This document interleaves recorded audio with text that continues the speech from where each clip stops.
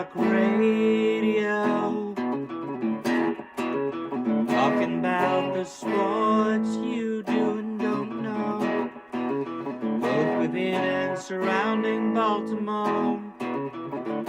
Don't ask him about preseason games, oh no, stuffing things in Griffin Basso.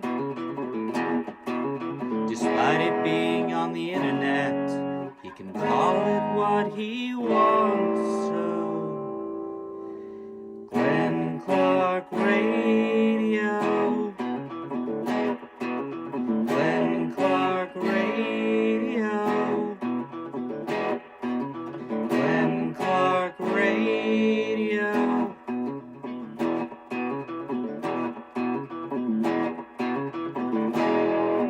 Duke sucks.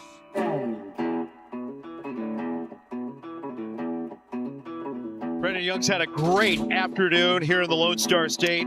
Sign him up for pitching in Texas anytime he is coming to town. He's had a great afternoon on the hill. A lot of success with a sinking fastball today. That guy is rolling right now. He's the master of the class. 1 run, 5 hits, handshakes, hugs, and another job well done. And remember, he wasn't supposed to start. 1 out away from that first big league save. And another 2-2. Bounding ball out to Holiday. He's got it on to first to finish the ball game. And what a sweet 7-game win streak it is. And it starts in the Lone Star State to open up the back half, taking all 3 over the Houston Astros. And it sets up a showdown at Fenway Park between the 2 hottest teams in baseball. I guess courtesy of both Masson and the Orioles Radio Network. That was indeed the story yesterday. Good morning.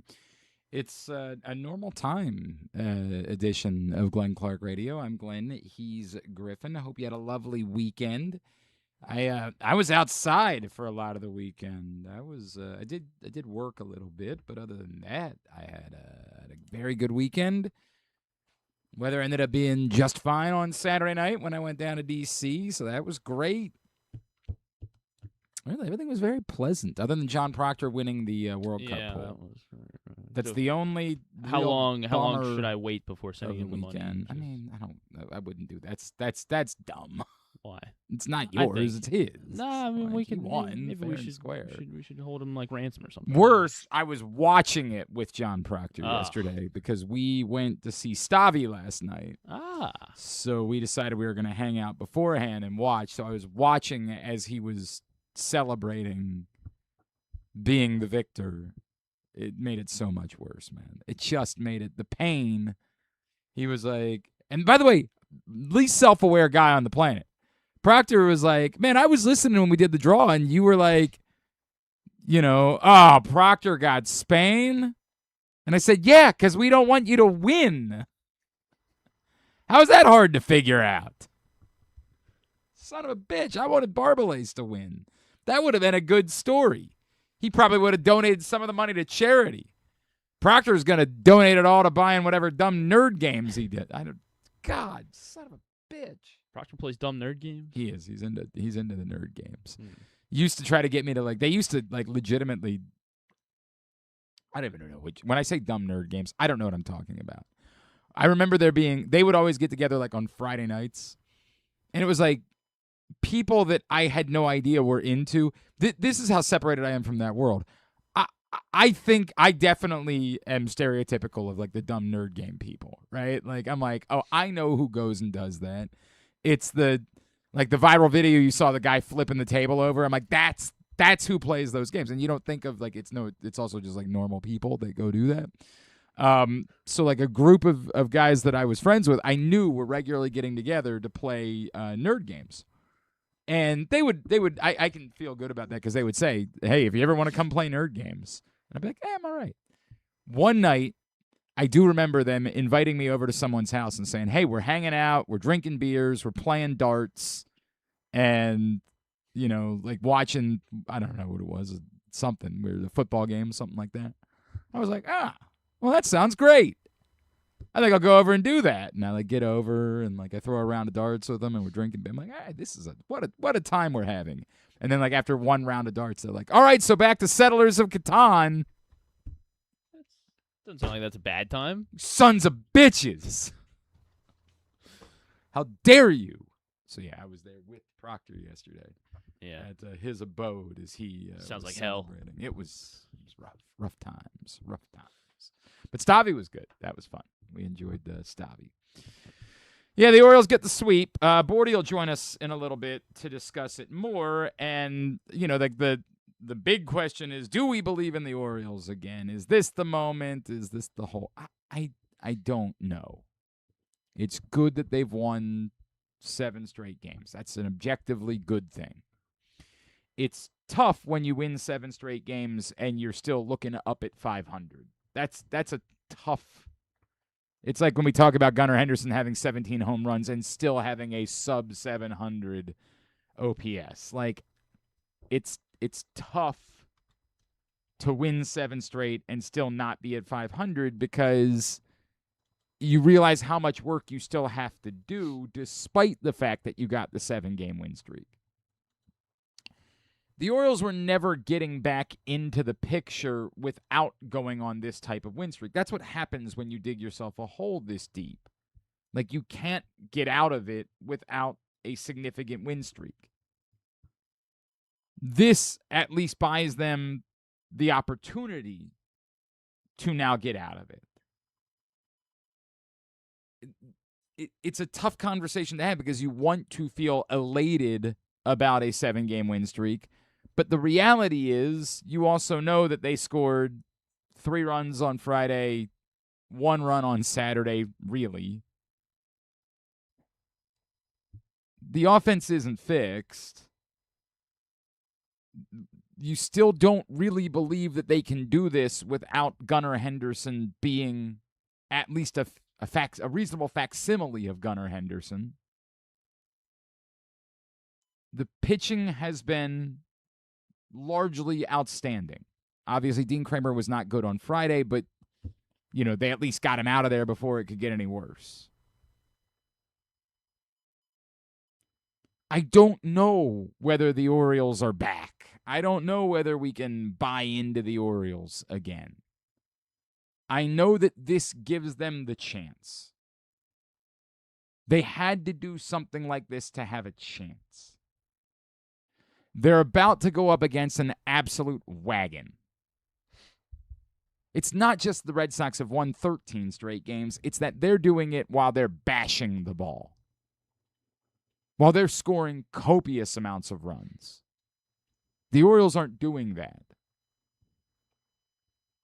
The Orioles are trying to execute double steals in order to get runs. They're bringing guys home from second on dribblers to second base in order to get runs. But they're scoring those runs and they're executing it? Sometimes, yes. They also could have ran themselves out of a bigger inning in the double steal inning because they gave up another out at second base. I get it. We'll take the one. Don't get me wrong. Everybody's on board with the run. That was chess by Dylan Beavers that got there or not? Yeah, he knew that Pete Alonso was the real speedster. Is that what it was? They're like, now they won't think about it. They'll have no idea it's coming. Probably what the case was. Yeah. I can't tell you the Orioles are back. I can tell you they have a chance. I can tell you that I still don't think they can compete to win something of significance without certain players being dramatically better than they've been. Oh, and by the way, now on top of it, we don't know if they have a catcher. Yeah, Sam Huff. They have Sam Huff. Although I guess the word is that, like, calls a good game. They believe Adley's going to be good for they just didn't want him to play yesterday. The Basayo is maybe the bigger question. I don't know. Maybe Basayo just needs to break another bat or something over his leg. And he tried to the other night. He really wanted to the other night. Like, he really wanted to. He was so frustrated. Remember, he swung at a pitch that was, like, significantly low and outside for strike 3, and he really wanted to snap the bat. Like, he wanted to so badly. That's where I am. I'm glad that the pitching has been good. It's a miracle. You're still going to... I'm also over the moon about Kyle Bradish getting an extension. That's great. You're buying 3 more years of Kyle Bradish. That's objectively very good. And the thing that I'm worried about right now, Kyle Bradish's innings are not likely to be the similar problem next year. Now, he's got to stay healthy, and he's got to work on eliminating that every third timeout stinker that we've been talking about of late. But, and it's also not an ungodly amount of money either. I mean, we say that, like, it would be an incredible amount of money for us. But It's when like, what, only $90? Yeah. Did you say $90? Yeah, just $90. $90. Yeah, I don't think it's that's- 90. I think it's I don't know if I'd sign that. I think it's a little bit more than that. But like when average run of the mill starting pitching is costing you about $25 million per year. Like, that's baseball at this point. I say run of the mill. It's fairly good. Michael King costs you $25 million per year. Now, I would like Michael King. Please. But that's the way that it works. So it's not like they had to,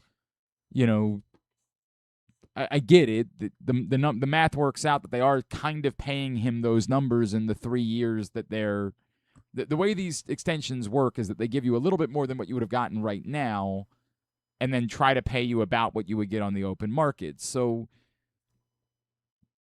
it's funny math that you're doing when you do these types of extensions where I say, well, it only works out to be about $19 million per year. Well, in their word, it's more like $20-some million per year for those 3 years where he was going to be on the market. And the trade-off is they bump him up a little bit more than what he would have gotten in arbitration for these 2 years. But it's not really my concern what the numbers are. You got 3 extra years of Kyle Bradish. That's a good thing. As long as he stays healthy. That's a good thing. We'll take that. That's still an innings problem that the Orioles are up against right now. I think it was Jacob Calvin-Meyer who tweeted out that the Orioles have the second best rotation ERA since May 22nd. I think you're right. Because I remember, I forget who. I remember seeing it as well. I want to make sure I have it right. Yes. It was Jacob Calvin-Meyer. The Orioles have a combined 3.02 ERA since May 22nd. The only team with a better rotation ERA than that since May 22nd is the Tigers at 2.88. And that's very good. There's no debating that. But if you believe that this win streak is the start of the Orioles making a run towards the postseason and perhaps a postseason run, then the reality is that you need guys that can go into the playoffs. And I'm still not sure that that's the case, but if you're going to make decisions for the trade deadline based around that. So when people say, hey, the rotation isn't the problem, rotation isn't what I'd be worried about, I'll allow you to feel that way. The reality is these guys are not built right now for postseason runs. Kyle Bradish is not built for that. It's interesting that they moved him all the way back to being the 5th starter coming out of the All-Star break, which probably is a reflection of their concern about the innings. Trevor Rogers is not a guy that has thrown that many innings. Brandon Young is certainly not a guy that's thrown that many innings. That is still a very real thing that they're dealing with. So even if I can agree with you that the rotation has certainly been better and has been, frankly, good, I would still tell you that if the Orioles are in position to be adding, I think starting pitching has to be high on that list because of the innings problems that they're dealing with, or that they will be dealing with. I'm glad the starting pitching has been outstanding for the most part since mid to late May. That's been, a revelation for this team. The offense has to get going still has to get going if they're going to be a real threat. Right now, they're a team that's hot, that's still 2 games under 500. If they're going to be a real threat, the offense must get going. I still think they need some bullpen help, and I still think they need another starting pitcher, at least, given the innings problems that they're going to be dealing with if they're making a real push towards the playoffs. Let's talk about it a little bit more right now. One of our favorites. You know him from 105.7 The Fan. You know him from the League of Dreams. You know him from the Be More Baseball podcast. You know him from just being an all-around great guy. He is Orioles Hall of Famer Mike Bordick, and he's back with us now here on GCR. Bordy, it's Glenn. What's going on, brother? How you been? I'm great, man. How about yourself? I mean, it's got to be exciting, right? I mean, everyone's got to be excited right now with the Orioles reeling off 7 straight wins. I mean, come on. It's this Let's like go. Okay, so Mike, I am excited because I think a lot of people fear that the season was over, just 12 days ago, right? I think there were legitimate fears about that. So I am excited about it, but I still don't know what the answer is. Like, they needed to do this just to give themselves a chance to be competitive again. Like, this alone does not mean the Orioles are back, right? Like, they needed to do this just to give themselves a chance. And I'm happy with it, and I'm certainly happy with the starting pitching, but I still have an awful lot of questions about this team offensively at the moment, Mike. Offensively and defensively. I mean, really, the things that kept this team, their head above water right now, and everybody realizes is starting pitching. I mean, it's really, if you ask me, come out of nowhere. I mean, I expected Bradish to be more inconsistent coming off Tommy John, and all of a sudden he's turned into not only a force again, but now he's inked up to 5 more years, so that's exciting. Trevor Rogers has once again become the dominant lefty in the American League, which is unbelievable to see after how bad he was early on. And of course, Brandon Young is emerging to be just a consistent top of the rotation guy right now. And so it's really fun to see. And I'm excited for them, but it is the rotation that's giving them, the biggest chance. And offensively, they're doing enough. And thank goodness, I think what we're seeing, though, too, if you really watch that Houston series, is Houston stunk early, and then all of a sudden they started coming back, and they got Alvarez going to probably be the MVP and things like that. So they got some things going for them. But they're a bad team, too. They messed up more dang situations.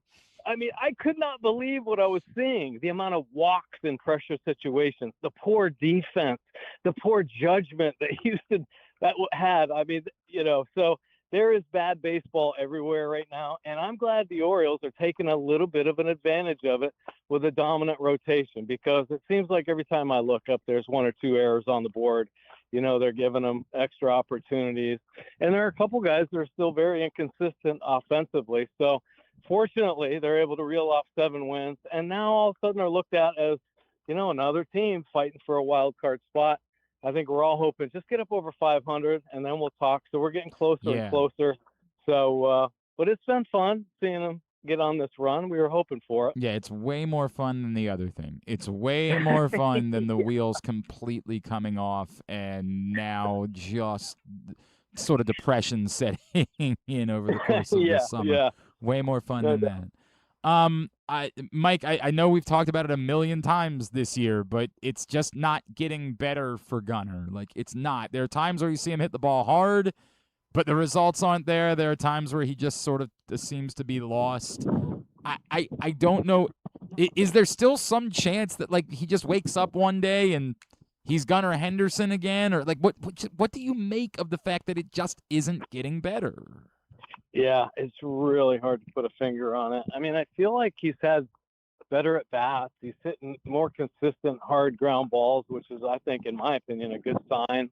I know he got jammed a couple times, so that just tells me his timing is obviously off. Listen, he's been on the struggle bus for a while now, and that can just get deep in your head, and almost to the point where, as hitters, sometimes you just give up and say, okay, you got me, game. What can we do to move forward? And I feel like he's at that, and he's waiting for, a couple good games in a row. And that's really what he needs, because that was a tough series in Houston.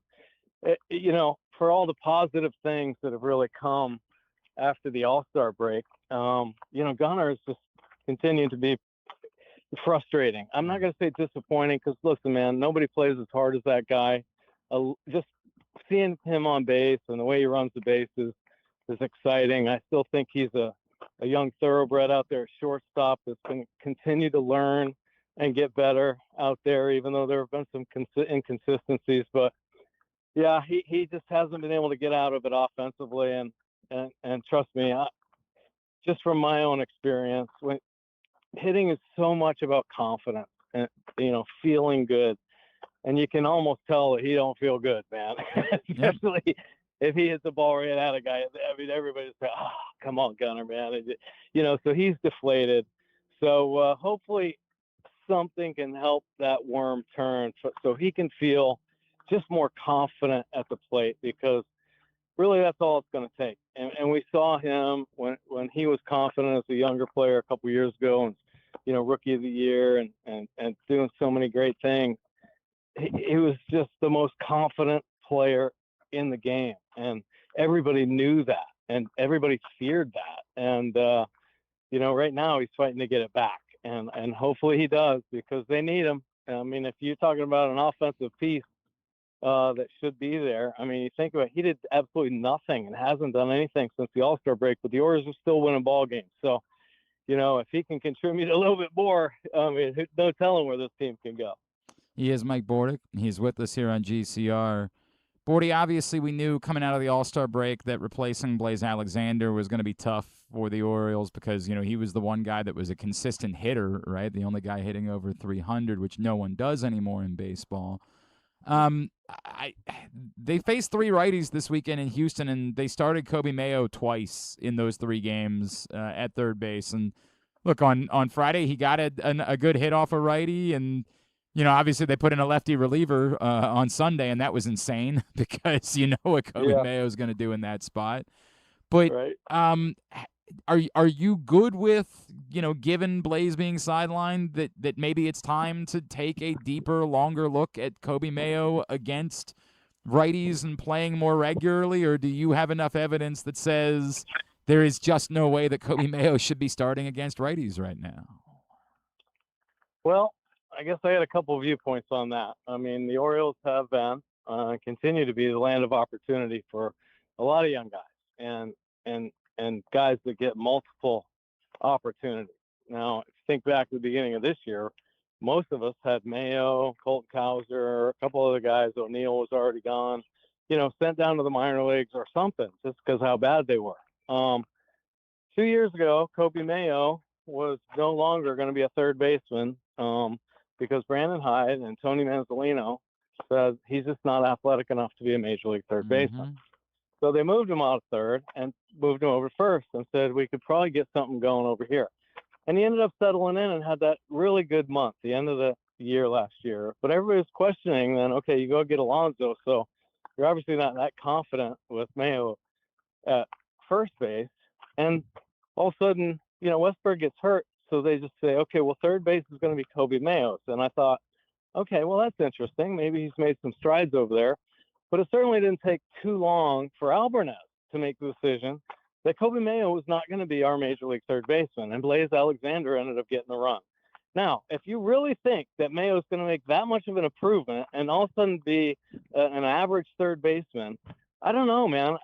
I don't see it. I think the Orioles have to get aggressive and find a legitimate third baseman if they want to make any kind of push to the postseason. I think we're seeing the importance of defense and the lack of it, how it hurts the Orioles. And third base will be exposed again if we don't find somebody that can handle that position on a consistent basis. Listen, I'm happy for Mayo that he's getting opportunities, but listen, this ain't the land of all, roses and rainbows and stuff. I mean, if you want to win, you have to make these moves. Like I said, 2 managers already said he wasn't going to do it. I was inclined, like, coming into the second half, I was inclined to say I agree. Like, it's weird because as I think you and I have discussed, athletically, I do believe he's capable, and in moments you see, like, he's very quick, his instincts are good, and I think he can handle that part of playing the position, but I just don't know where the throws are going. Like, I just don't know. And it's not because he can't make them. Like, it's not an arm strength question. It's just I don't know if the throw is going to be to first base, and I don't know if the trade-off is worth it. Right. Well, unfortunately, he doesn't know either. Right. And therein lies the problem. And listen, man, we say this all the time and about the game at the major league level is so much the mental game. Okay, I'll give you. Let's say you think he's athletic enough to play third base. Well, the throwing is all mental. It has nothing to do with physical, because if you want to get into a throwing contest with Kobe Mayo, you will lose every time. And I'll put 98% of major leaguers against him. He has one of the strongest arms in baseball. It's unbelievable. And that's why I think there was a point where Elias was going to put him in the outfield. You know, if Westbrook stayed healthy, I guarantee he was going to get a lot of reps in spring training in the outfield, and he was going to show that arm off just to find an opportunity for him to play every day. And I'm not saying that's out of the question either. If he's going to be just a platoon type player, if he could be just adequate in the outfield, that arm is a right field arm. So anyway, enough about that. But yeah, his infield throwing is all mental, because just the quick reaction plays where he goes to his left and is on his knee and flips at second base for a beautiful double play. It's all reactionary. It wasn't too long ago where Buck Showalter had a third baseman named Mark Reynolds that would make the most amazing reactionary plays at third base, but was a terrible, untrustworthy third baseman. So Buck moved in first, and he became a Gold Glove caliber first baseman. You know what I'm saying? So, listen, that defense stuff really matters, and it unfortunately shows up in the brightest and toughest moments for most infielders. I know Mayo works hard at it. If the Orioles were in a different position where we thought, let these young guys go do it and see where we end up, so be it. But I just really think they need a quality third baseman, kind of a proven guy, to help stabilize that infield. Bordy, that's a deeper conversation, right? Because we are getting closer and closer to August 3rd, and given the fact that the Orioles have won 7 straight and they're in this position, and look, there's still a lot of baseball to be played before then, but I have this weird feeling of you've got to really show me. Like, I don't think the Orioles can be 3 or 4 games under 500 and mathematically close, because what you just said, the idea that they might need a legit third baseman, add in they absolutely feel like they need one more outfield bat somehow, and probably a couple of relievers, and I still think a starter because of the innings issues that you're going to be dealing with these top guys. Like, as good as Bradish and Rogers and Young have been, they are all guys that there is no way to believe are ready to push significantly deeper innings-wise. Like, that's a long list to me. I don't think you can just be on the fringe and competing and say, let's going for it. I think they still need to win more games, play better baseball, and really look the part of a legitimate contender moving towards August 3rd to justify the swings that I think they need to take at the deadline. Well, the good news is the Orioles will probably be the only team, that's going to be buying and making that move. Yeah. Well, no, that's not true. Every freaking team in baseball is going to be looking for the same stuff you just said, because every team is the same as the Orioles, very mediocre. But about the 3 or 4 teams that are kind of at the top, they got to find a way to last and hold on too. So they're looking for pieces. And I'm sure most of those teams who have the extra pocketbooks are willing to spend, a little bit more.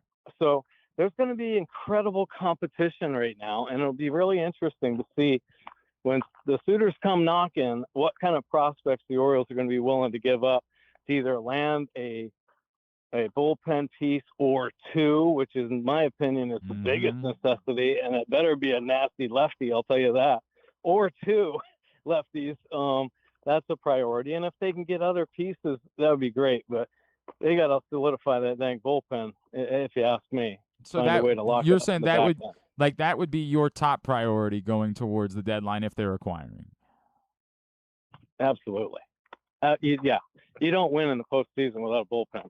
I mean, the game completely changes, so you better have a freaking bullpen, because they run it like a dang college program in the postseason. If a starter no gets doubt. Up, go get him in the third. Second, right? Yeah. So you better have a good bullpen. And it might end up being a couple of starters go out there for length. I know Bassett has done that in the past, so that might be something to think about. But, yeah, they got to get there. And I think the most inconsistent thing right now and untrustworthy is that Oriole bullpen. I can't argue with that, right? Like it's again, there's moments. Cam Sanders was a magician this weekend. How about that? I know, isn't it amazing? They turn to a guy who walks someone every inning to this point in his career. They turned in with the bases loaded in a 1-run game on Friday and said, "Go get him," and he said, "All right, cool." Yeah. You got it. No, I Chief. know. I'm all No, over it's great. it, man. No, for sure. But yes, For sure. I don't think, and obviously they don't think they can rely on it because they sent him back down, right? Like I certainly don't think they have the answer in Cam Sanders. So I'm with you, but I think if you're if you are really competing for something in the postseason, I just think they have a lot of things they need to address, and that is a tough part of this conversation to me. It is. I know. I know. Bordy, how legitimate do you think the Red Sox are right now? Man, 2 weeks ago, I was saying that they're the worst team I've ever seen in baseball. And next thing you know, they're putting off a dang winning streak that, is almost 100 years old. Last time the Red Sox whipped out 12 games. I don't really know what to make of it other than, they were hoping some of the younger offensive players would start coming through, and I guess they're getting those type of hits. I do know they have some pretty good young arms, and the Orioles are going to see a couple of those here in this series. The Red Sox are back to life. I don't know that I believe it. It's like I said, every team we've played, I've seen just terrible blemishes. Even when Tampa came into town, they left with like 6 or 7 errors, and I thought, wow, this is not a first-place team. And then they go on a winning streak again and take over the Yankees. The Yankees all of a sudden turned into one of the worst offenses in baseball, finally, without Judge. And so they had the struggle bus going on. I don't know, man. It is just a wacky year. And that's why coming into the second half, I resolved the fact that, okay, the Orioles have not played great baseball, but unbelievably, they are still in a playoff hunt.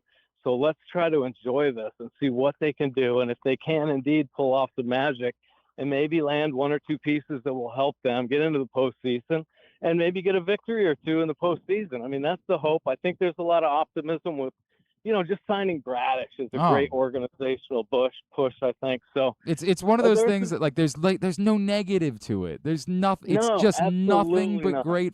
There's not even really a talk radio conversation to be had about giving Kyle Bradish an extension because the answer is just yes.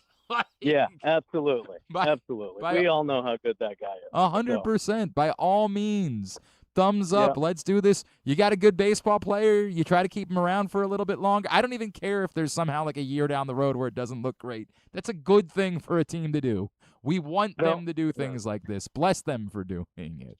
No, absolutely. And good timing, too, because this is, this team needs those kind of little boosts along the way. And this helps everybody's confidence. Little morale, little vibes, never hurt anybody. We like everything about it. Bordy, what all are we plugging for you, my friends? Oh, my gosh. Well, I guess the League of Dreams is going strong, man. You got to check this out now. We started a podcast called the Rocks to Pearls podcast. We've had a few guests. Our president and founder, Frank Kolaric, was our first guest, just talking about the league. Kelly Spino, who's our second in charge and kind of our neuroscience and special needs development specialist. We interviewed her, one of the smartest women I've ever met in my life on the educational side. And then we had a special interview with, have you ever heard of BISM, Baltimore Industries for the Blind? And I have, yes. Yeah, well, we were on their podcast, and it was just so incredibly unique. Frank and I went over and visited where they do their operation. It was just mind-blowing. They do so much good work. So check that out. So the podcast is called Rocks to Pearls, and it's on our League of Dreams podcast. And it's so rewarding and fun to be a part of this great organization. That's awesome, man. Love everything you're doing. Love you, brother. Appreciate you. Hey, I'm throwing a party August 22nd up on my farm. I'd love to have you come up, all right? Sounds good, man. Sounds good. I'll be in touch. Appreciate you, Bordy. Thank you, sir. Fun. All right, man. Bye. The great Mike Bordick with us here on GCR. Always appreciate him taking the time for us. I hate that. I guess I realize we should be spending the Bradish thing is a big news story, and so we should spending more time with it. But for talk show purposes, there's just so little to say. There's so little to say. Yes. Good. We like it. Cool. You got anything to add? I also like it. Yeah. That's it. I'm glad I'll be able to wear my Bradish hoodie a little bit They don't longer. call him the best color analyst in baseball for nothing. I'll be able to wear that Bradish hoodie a little bit longer, so that'll be there is that. That was your most significant concern. Yeah. I was like, oh, sweet. I was like, I guess I should get a Bradish jersey, and then I looked in my closet, and I was like, oh, that's right, I have the jersey hoodie, the Bradish hoodie. So the jersey, or I don't know what we. I guess just hoodie. Jersey. Yeah. What do we do with that? Jersey, hoodie. We've never really. It's a hoodie. We don't. Bradish The jersey it's works. The Bradish hoodie. We've never really come up with anything for a hoodie jersey. The Brody. Hoodsie. Hoodsie? I don't like that. I don't like that. It's because I came up with it. Well, Jerdy? I don't like that. That sounds like a word you're not allowed to say or something. What? It sounds like a slur. Yeah. Jerdy? Yeah. Yeah. I'd be careful. Hell. That's scaring me over there. The hell? Because I said Jerdy? I feel like you're going to shave your head or something. And the hell is happening here? All right. I wouldn't go with that one, no. I don't know what I'm missing. We can go back to what was the one you said before that I was like, I've already forgotten. Hoodsie. Yeah. Hoodsie. Yeah, that's better. Hoodsie. I still don't like it. Hoodsie. Because it's got to be more of a Z than a C. Hoodsie. I think we just call it Bradish hoodie. No, that's too much. It's just too many syllables. Yeah, but he's earned it. On there. Yeah. Has he? Yeah, you clean up those every third starts, and we'll talk about it. We'll talk about whether or not we're going to go with it. Yeah, I just don't have. Like, there's a part of me that's like, oh, we got to get a guest on to talk about the Bradish extension. I'm like, what is a guest going to say other than, again, good? Yes. You should do that. That's a good thing. And I can't guarantee that that Kyle Bradish is going to be a top of the Why not? American League pitcher for the Guarantee next 5 years. Come on. But this is what How you many do. Cy Youngs over the next 5 years? This is what you do when players perform well, is you try to keep them around for a little bit longer. Now, to be fair, we wanted that with Gunnar Henderson, and I don't remember who tweeted it. I think it was Julian Barron tweeted it yesterday, and it was really a very good tweet. Hang on, I want to make sure I have this right. Julian Barron, who I know does some stuff for the Sun, and he does also work somewhere else, but he tweeted, my favorite tweet was, oh gosh, come on, man. He tweets too often. There it is. At 3:08 p.m. No, this was from Saturday. Sorry, that's the reason. 3:08 p.m. on Saturday, Julian T. Barron tweeted, "The Orioles are a Gunnar Henderson away from being postseason contenders." That the biggest thing that could happen for the Orioles at the deadline would be acquiring Gunnar Henderson. What do you think they have to give up for that? I don't know.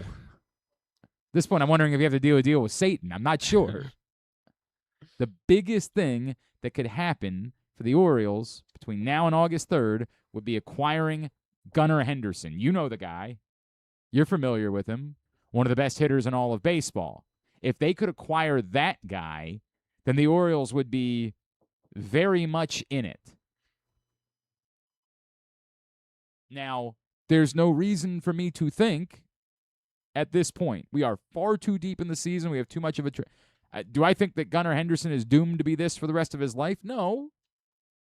We thought that way about Adley Rutschman. As it turns out, Adley Rutschman was not doomed to be that for the rest of his life. Not that Adley Rutschman has looked like an MVP, but, you know, he's not been that. But when you're this deep into the season, it is difficult for me to suddenly believe that Gunnar Henderson's just going to wake up one day and is going to be Gunnar Henderson again. Like, that feels more like a maybe that'll happen next season type of situation. That maybe just getting away from baseball or just reworking his approach to coming into something along those lines will be what ends up making it click. But I could be wrong. If between now and August 3rd, you start to see Gunnar Henderson come to life, that is a game changer for what the Orioles might be capable of doing the rest of the way. I just can't bet on it.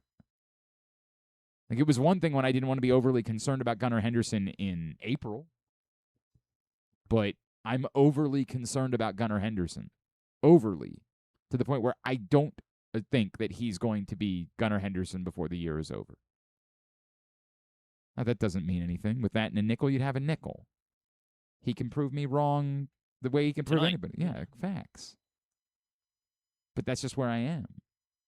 The truth is, nothing could be more beneficial to the Orioles at the deadline than acquiring Gunnar Henderson. Would go so far towards viably making the Orioles a legitimate contender, not a team that I'm, again, appreciative of the fact they're winning some games right now, but still pretty skeptical about their overall chances of doing something. That's where I'm at. We'll come back in. We'll go 3 up and 3 down for 3 games, but we'll do it nonetheless. That's next. It's Glenn Clark Radio. Aloha, O's fans.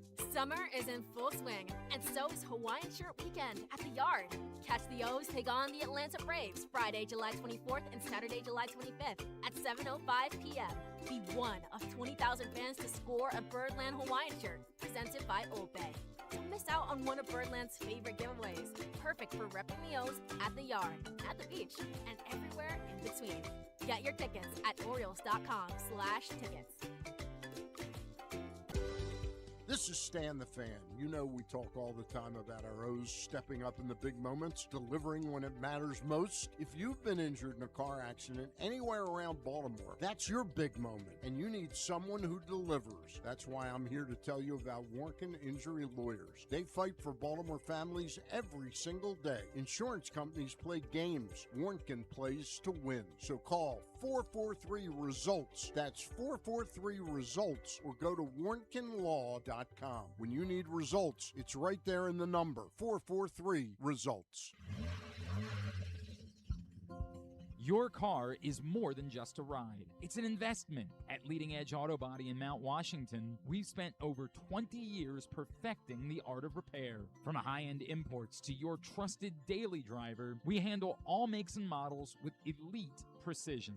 Our team holds the highest honors in the industry, including ASE Master, iCar Platinum, and specialized aluminum certifications. We make it easy with free towing, pickup, and delivery, because at Leading Edge, customer satisfaction comes first. And remember, with insurance, it's your car and it's your choice. Choose the experts. Leading Edge Auto Body. Quality you can see. Service you can trust. Go to leadingedgeautobody.com today.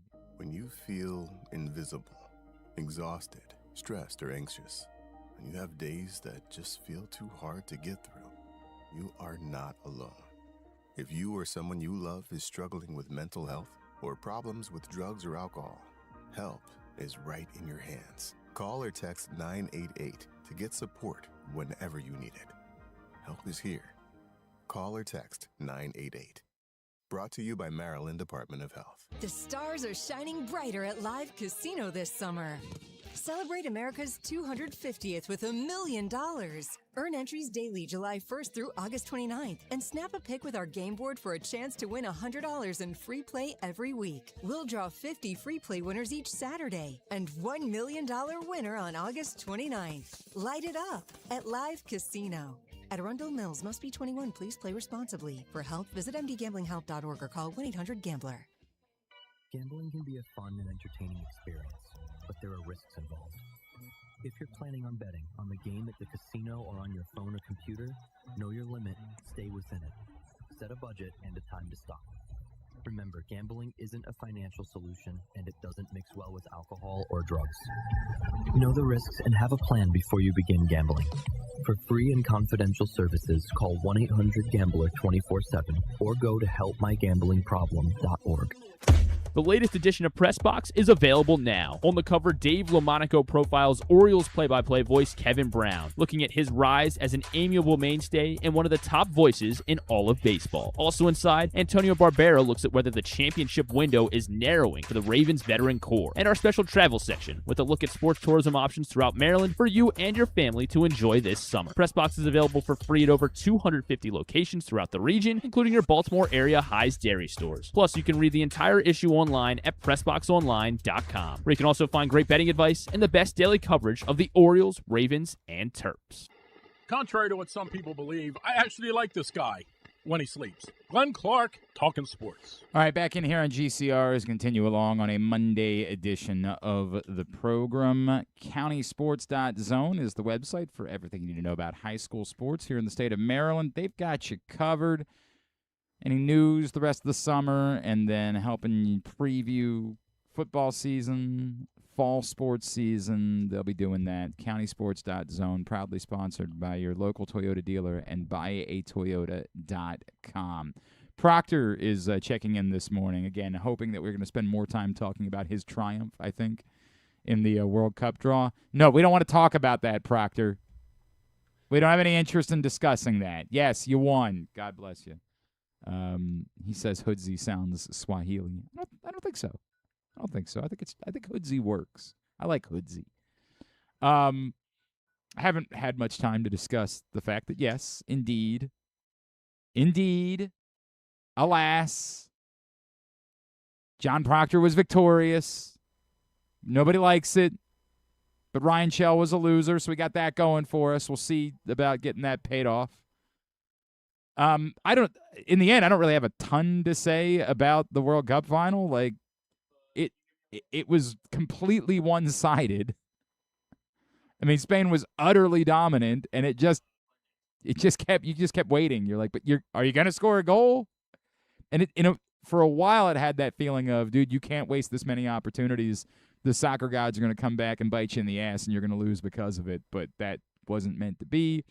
Obviously, the second yellow changed everything, and finally, with 10 men, they were able to break, or against 10 men, they were able to break through and win. So Spain, after being champions of Europe, now champions of the world. And despite the fact that for the most part, like, other than some moments, and as we talked about last week, Lamine Yamal, even as a decoy, had value for Spain, but in the end wasn't really even a game changer. Rodri, who decided to untuck his shirt yesterday, don't know what that's all about, was probably their most consistent, best player throughout the course of the World Cup. Maybe they told him he wasn't going to be MVP of the tournament if he Maybe that's what it was. His shirt. Nico Williams was also just phenomenal, man. Like, just brilliant yesterday. So congratulations to Spain, winners of the World Cup. And I think that somehow Leo Messi will survive. Somehow.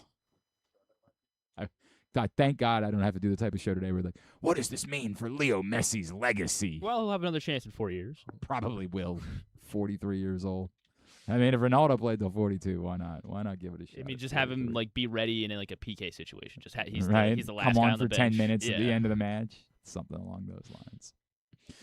All right. Another event that got underway this weekend was the basketball tournament, and it's a bummer. It's a little bit of a different format this time around, and we're not quite as excited because there's no team shell shock. There's no Maryland team. And with that in mind, it feels like, I don't know, is this guy cheating on us or not? Like, there's no team shell shock, so I guess he can't cheat on us. But I saw him over the weekend playing for the Kentucky team? The hell? And coming away with a really cool game-winning dunk. He's been a longtime friend of ours. Great dude, Maryland legend, Baltimore zone, Darryl Morsell, back with us now here on GCR. Darryl, it's Glenn. It's always great to catch up with you, brother. Thanks for taking the time for us, man. For sure. What's up, my guy? How you doing? I'm great, bro. I hope you're doing awesome. It looked like you were doing awesome on Saturday. I mean, it looked like everything was good. Yeah, for sure. Hey, everything good. I get it. There's no team shot. The format change. I don't know the whole deal, but like, how did this happen for you? Where you've been a part of this event, you've had magical moments in this event. They might as well call it the Darryl Morsell tournament at some point. How did it work out for you to be back in the tournament, but doing it with a different team this time around? Yeah, so this year, they kind of cut the teams down. It used to be like 60, 64 teams. This year it's only 16. And they changed the pot for $1 million, the prize money from $1 million to $2 million. But Shell Shock didn't have a team this year. Kentucky gave me a call, and yeah, the rest is history. And look at how it's working out. Look at how this event. I feel like for a lot of people, maybe they don't get it. How important is it to you because you play overseas, but this kind of is your chance to be back here home in the summer playing for where friends and family can watch on TV. Like, I feel like there's more of a relevance to that than people understand about playing in the basketball tournament. Yeah, for sure. You know, we spend a lot of time overseas during the year. A lot of the guys that's playing in this spend a lot of time overseas. This is just a chance, you know, to play with people that we, you know, grew up with or some friends that we've had, and also, you know, get paid pretty well throughout that process. And basically everybody that's playing in this is Hawks. I call it Hawks. Like, we all just love a game of basketball. We'll play it for fun. So we all, you know, enjoying this opportunity. Like right now, I'm in Lexington, Kentucky. We just finished a little shoot around. We actually have our second game tonight. But we just all Hawks. That's what I call it. We Hawks, man. We play a game of basketball, and any opportunity that presents, we probably gonna play. I mean, I appreciate that, man. It's just a love of the game type of deal, and you do it every. I mean, heck, right? Like, Melo would show up and just keep playing, and and Durant, those guys would just play all summer long, in like the DC league, right? Like, they would just do whatever, man. Like, some guys, you just love the game, and so you want to play it wherever you can play it. Yeah, for sure. For sure. Especially when you're young. You got to do it while you're young. I appreciate that. I appreciate it. Darryl, that said, you obviously are still young because you still got the ups, right? Like, you've hit game-winning jumpers. How does a game-winning dunk feel in comparison to like a game-winning smooth step-back J? I say it's a lot. I'll say it's a lot easier. You got a lot more confidence it's going in. Yeah, and a lot less stressful, But I just any way it could go in for real at the end of the day. I'm just out there trying to win, happy that we could win. That opportunity presented itself in the last game where I could, slip, make a little cut, and score the game-winning bucket, and presented itself. So, just blessed, thankful, and just trying to continue to win these games so we can get this $2 million, man. We're watching it right now, courtesy of Fox Sports. The other part about it is when you have a game-winning dunk, you don't have to worry about getting teed up for hanging on the rim. The game's over. Like they can't tee up at that point. For sure. That's first thing I thought about. I was about to let go, but I said, man, it's over, man. Right. Let me hang up let here me get for a an little hour. extra pull up here. Yeah, let me chill out up here for a little while, man. Hang up here forever. You mentioned being down in Lexington, and obviously the group is a lot of Kentucky guys. I've still never forgiven Andrew Harrison for not coming to Maryland with his brother all those years ago, so I don't know how I feel about this. But, like, getting a taste of that and, like, the Kentucky-Louisville rival, obviously you got to go, elsewhere and playing at Marquette, and you got to, experience some other buildings, some other atmospheres. But is there a part of this that's also cool to you? Like, that building looked like it was pretty rabid, like it was pretty excited. And, I spent a lot of time down in Kentucky over the years. Like, basketball is life down there. Is there a part of you that it's just like a cool experience, too, to taste a little bit of that at this point in your basketball life? For sure. Kind of playing in that game on Saturday kind of brought back the college feel again. But the atmosphere down here is definitely like basketball invested. I think we played in the Coliseum. I think it holds 6,000. I want to say they sold 5,700, 5,800 tickets. Wow. And this is summertime for alumni game. So you feel me? That's a lot of people to just come to see some of the older players play. And yeah, it's fun. It's definitely that Louisville Kentucky rivalry is real, and the fans definitely come to support down here. That's got a lot of support. I've been signing autographs after the game and everything. Everybody telling me welcome to BBN and all that. So wow. All right, now wait a second. Nah. We can't. Look, man, you can have like a dalliance with BBN. Like, that's okay. But they can't keep you. It can't be like that. Hey, we win this thing. I'm BBN, man. I ain't even gonna lie. I mean, I get it. It's $2 million. I I'm don't know, for part of the $2 million. family. Yeah, like I can Yeah. understand that. You know, you win a championship somewhere, you win something of significance somewhere. You part of that family. You for won a life. share of a Big Ten championship here. Let's not Yeah, forget yeah. that. Oh yeah, for sure. I'm definitely Merlin to the core. You know, I graduated from there. You know, won a Big Ten title. I know. But, man. Yeah, you know, this like my step family. I say that. This will be my step family. I can live with that. I can family. live with the step family. I can live with that being the case. Hey, Darryl, have you had any contact at all with like Buzz, his staff, as they've tried to like get settled and get to know everybody? Have you been able to make any contact and have any relationship with them whatsoever? Not really this summer, but last year when he came in last summer, I got to talk to him and some of the people on the staff. But yeah, I've already had a relationship with Buzz. He recruited me out of high school when he was at Virginia Tech. Okay. At that time, he was at Virginia Tech. So him and Coach Turgeon used to go at it trying to get me to come to their schools. That's and actually stuff. kind of wild. He kind of talked about it a little bit when I talked to him last year, and it's just crazy how everything comes full circle, and now he's at Maryland and stuff like that.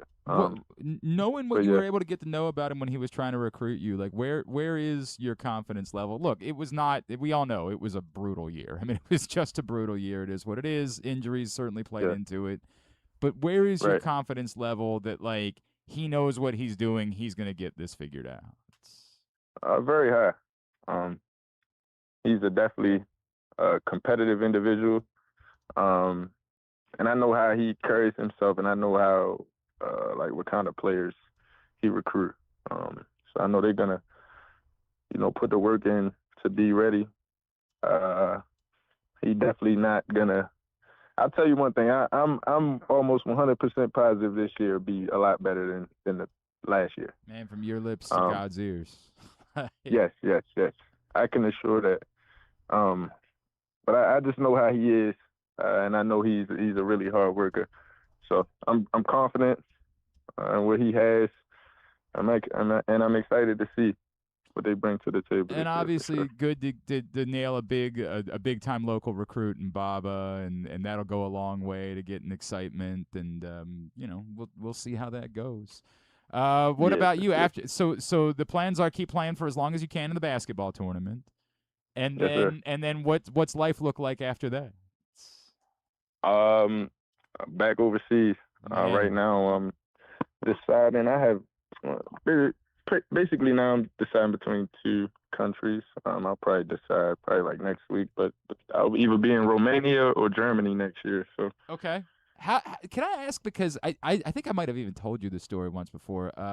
It was Kenny Hasbrook once upon a time, who like I was chatting with, and he was like calling me from the beach in Ibiza, and I was like, damn, how good is life? Like, people think about like guys, well, he didn't get into the NBA, and you're like, bro, look at the life I'm living. Like, look at what I'm able to do. Have you had like this appreciation for the places that you've been able to go to? Like the travels that you've been able to have, the cultures you've been able to learn about, like because of basketball, has that been something that like you've almost found like a gratitude for? I'm sure you'd rather be scoring 8 points a game and making 8 figures in the NBA. I have no doubt that's the case, but like, do you have a gratitude towards how unique that's been for you? Yeah, for sure. It's crazy. I think I have a lot of moments where it's like, wow, this is what I'm really doing, or wow, I'm 15, 16 hours away from home. And it's blessing. It's a blessing. I get to see a lot of new things every day. It's surreal. Like you said, like I kind of just go with the flow of life, catch my flights, go where I have to go. But sometimes, I sit back and reflect. Like I was in Israel 2 years ago. I don't know if this is too much, but I'm coming out of a like a bar lounge club type thing. It's 2 o'clock, 3 o'clock in the morning. They got a whole beach. It's a party inside and a party outside on the beach. I'm like, man, this is crazy. Right. Like, you feel me? Like, this is your life. A lot of, yeah, it's a lot of people inside. It's a lot of people outside.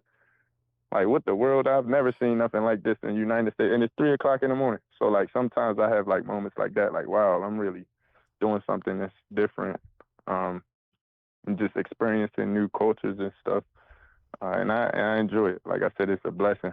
Man, that's cool. And the best part, the best part is all my money tax free over there. So I ain't paying no tax. Yeah, everything that comes through is tax free. So it's a blessing for sure. When I saw last year that you were playing in Iceland, I'm like, bro, I've always wanted to go to Iceland, right? Like, I know it's probably not glamorous, but it's just like that. Man.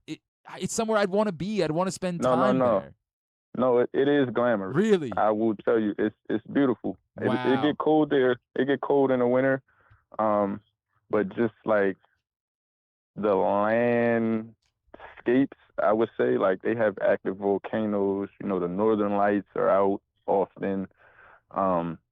Just everything, like the waterfalls, the mountains. They have black sand beaches with big ice things on there that look like diamonds. Like, I'm not gonna lie, I've been in probably 4 or 5 countries. Iceland is definitely probably the most beautiful one, just naturally. Well, and hell, it gets cold in Baltimore too in the winter, right? So like, yeah, cold in the winter. Yeah, Iceland a little bit colder. But. I believe that. I believe it. But still, that's cool, man. Like that's really cool to me that you're getting to have those opportunities, bro. That is a blessing, for sure. man. That's awesome. La Familia continues their run in the basketball tournament. Darryl Morsell, an expert of the Elam ending, which I still contend is cool, and more of basketball needs to consider it because it's a lot of fun. Darryl, always so happy for you, bro. Great to catch up with you, man. Continue to kill it. Thank you for taking the time for us. We really appreciate you.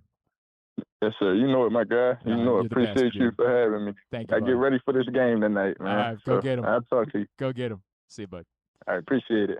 Darryl Morsell, Maryland legend, Baltimore's own, just a great dude, and always has been, and happy for him as he continues to get these opportunities to come back home and play back to the States and play. I don't know how I felt about him saying he was BBN. Like, I don't know how I feel about that. But I get it. I get it. You win a $2 million basketball tournament. Probably going to feel some emotions towards that. There's probably going to be some emotions that come along with that. So I can't really fight him about that. So John Little Rock doesn't like that I said that Nico Williams is phenomenal. First of all, I said he was phenomenal yesterday. Did he missed one? He did. Yeah, he missed one. Yes. But everybody, he was in the exclusive group of everyone. Everyone was missing. He also made a goddamn brilliant play on the goal, right? Like, that ball was going out. That ball was out, and he made a brilliant play to not just save it in, but to save it in perfectly to a spot to allow for the goal to be scored. I'm not saying that Nico had a phenomenal World Cup, but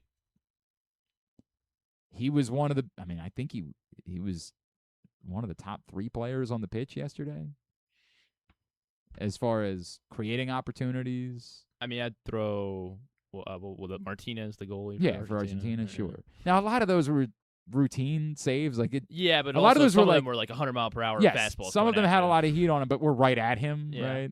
And I actually thought there were a couple others that he should have caught and held on to. He's got that broken finger. That obviously added to it. There's no doubt that was part of the story.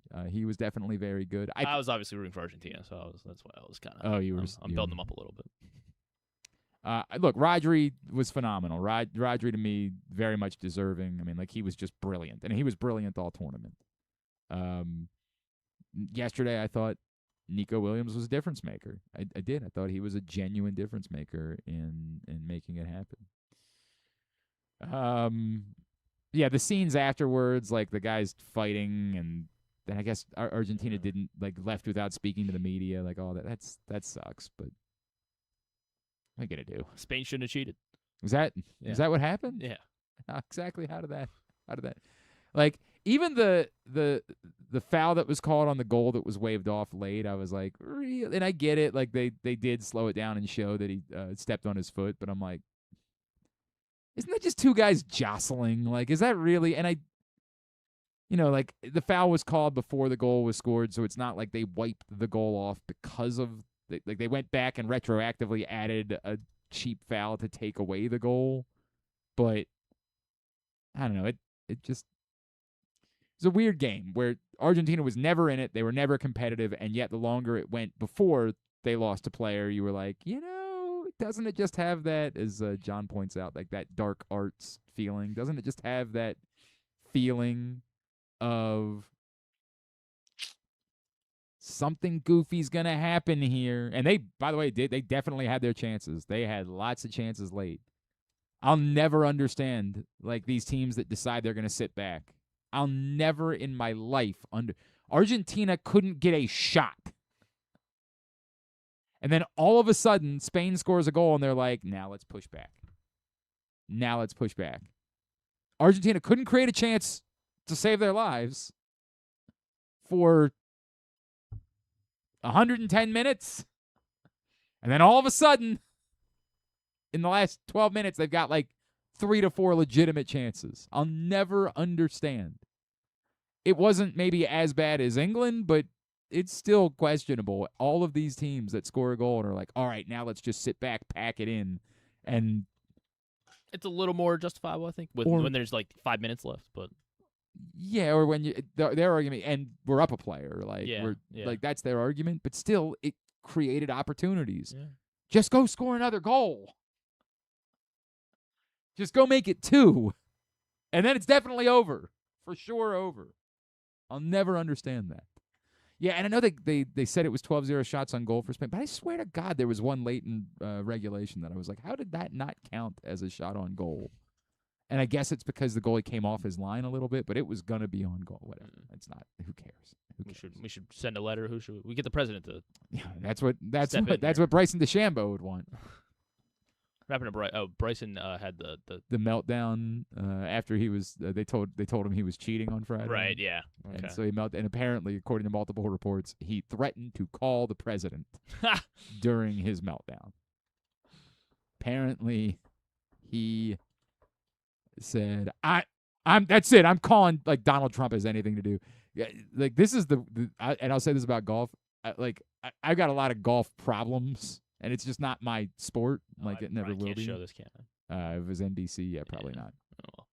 Oh, well. There's lots of things that I feel about golf, but they are so the idea that, like, well, I'm gonna call and like the Royal and Ancient is just like, okay.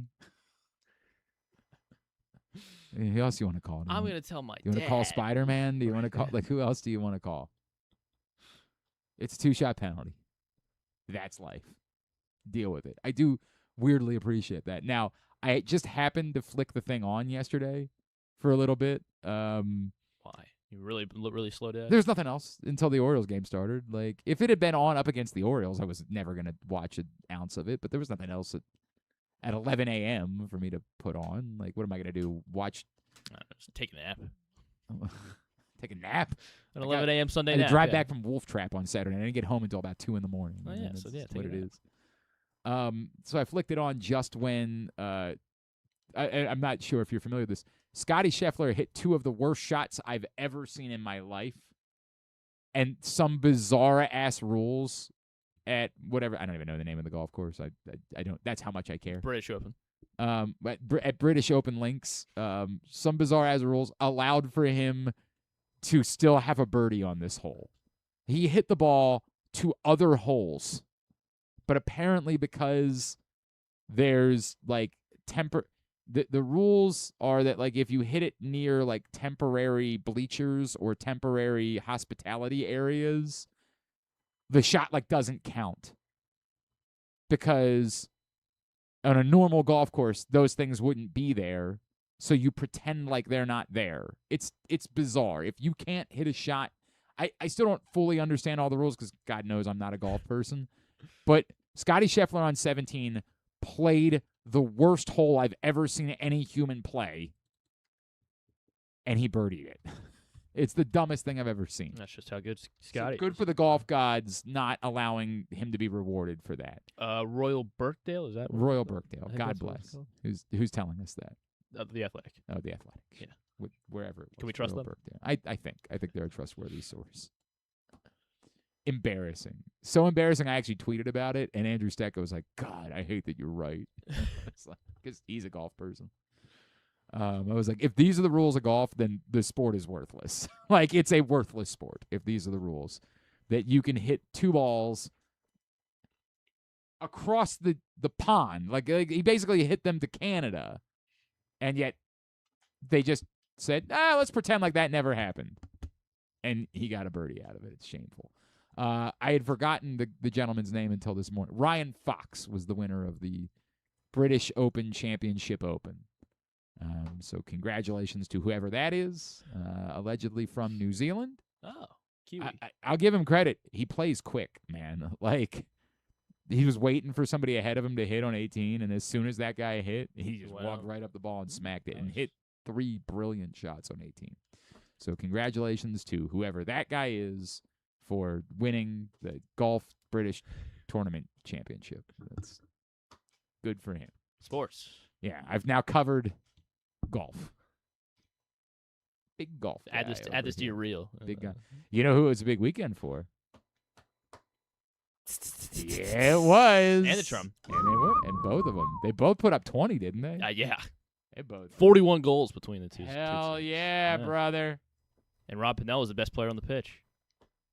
Broke the record, right? I think so. The points record. I mean, I feel like he had another 6 points. I think he finally broke the career points record on Friday. So congratulations to the Whipsnakes and Charm. We like that. Thank you very much. Big wins this week. Maybe you can pick up one. We can do them simultaneously. Nope, Which not one gonna. do you want? It's You your want the thing. snakes? It's your thing. I'll let you pick. It's You can your pick one. thing. I'm I'll not do gonna the bite other. that. It's your thing.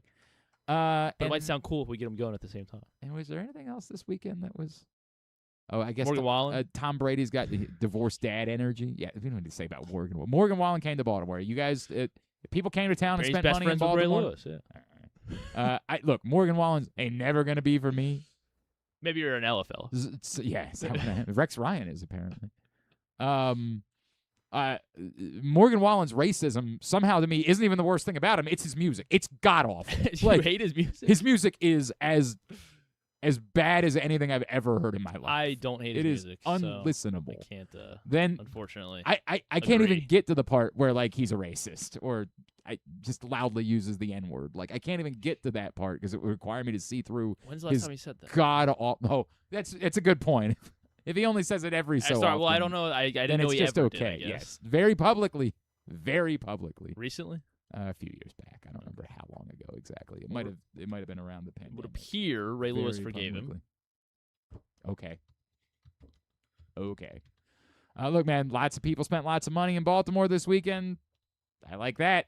That part, I don't care what it is. I've said this a million times. I ain't never going to be a brony, but I hope I hope brony cons in Baltimore all the time. What if Morgan Wallen wants to do like a what's the thing called the residency in Baltimore? Okay. If it's getting people to come to our city and spend money, that's a win. I want 1,000 Morgan Wallen concerts. I won't be going to any of them. I'd probably find one at that point then. By all means, you go right ahead, pal. I am going to avoid them like the plague. I have never who's the other really Zach Bryan? His music's bad. It's bad, right? Zach Bryan's not bad. It's bad. And every time poor Evan Washburn tries to sell me on it, I'm like, brother, God love you. He's got a couple good songs. I've tried. Oh my God, they are not good. You just don't like country, it sounds like. No. I love country. This is not country. You know, like pop country. Morgan Wallen has never made a country song in his life. He has made the but he's got songs that have like Tennessee in it. Yeah, right. If you just say truck, then it's we say it's a country song.